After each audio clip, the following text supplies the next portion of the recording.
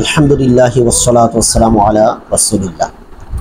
মসজিদ এটি হচ্ছে আল্লাহ পাকের ঘর বা এটাকে বাইতুল্লাহর অংশ বলা হয়। আর মসজিদের আদব সম্পর্কে, মসজিদের পবিত্রতা সম্পর্কে কোরআন ও হাদিসের মধ্যে অসংখ্য আয়াত, অসংখ্য হাদিস শরীফ বর্ণিত হয়েছে।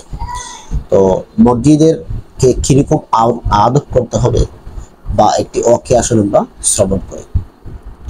হযরত সাইয়েদনা ঈসা আলাইহিস সালাম ওই সমস্ত লোকদেরকে মসজিদ থেকে বসতে নিষেধ করতেন যারা মসজিদের আদব জানে না।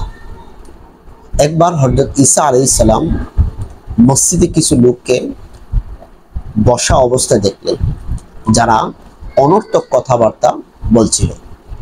তখন তিনি নিজের চাদর বাজ করে তাদেরকে প্রহার করলেন আর সেখান থেকে বের করে দিলেন ও ইরশাদ করলেন, তোমরা আল্লাহ পাকের ঘরকে দুনিয়া বাজার বানিয়ে রেখেছো, অথচ এটা আখিরাতের বাজার। সুবহানাল্লাহ।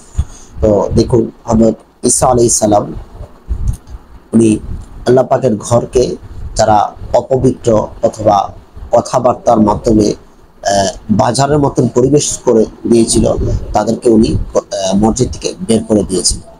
তো দেখা যায় আমাদের মধ্যে অনেক ব্যক্তি এমন রয়েছে যারা মসজিদের মধ্যে দুনিয়াবি কথাবার্তার মধ্যে ব্যস্ত থাকে।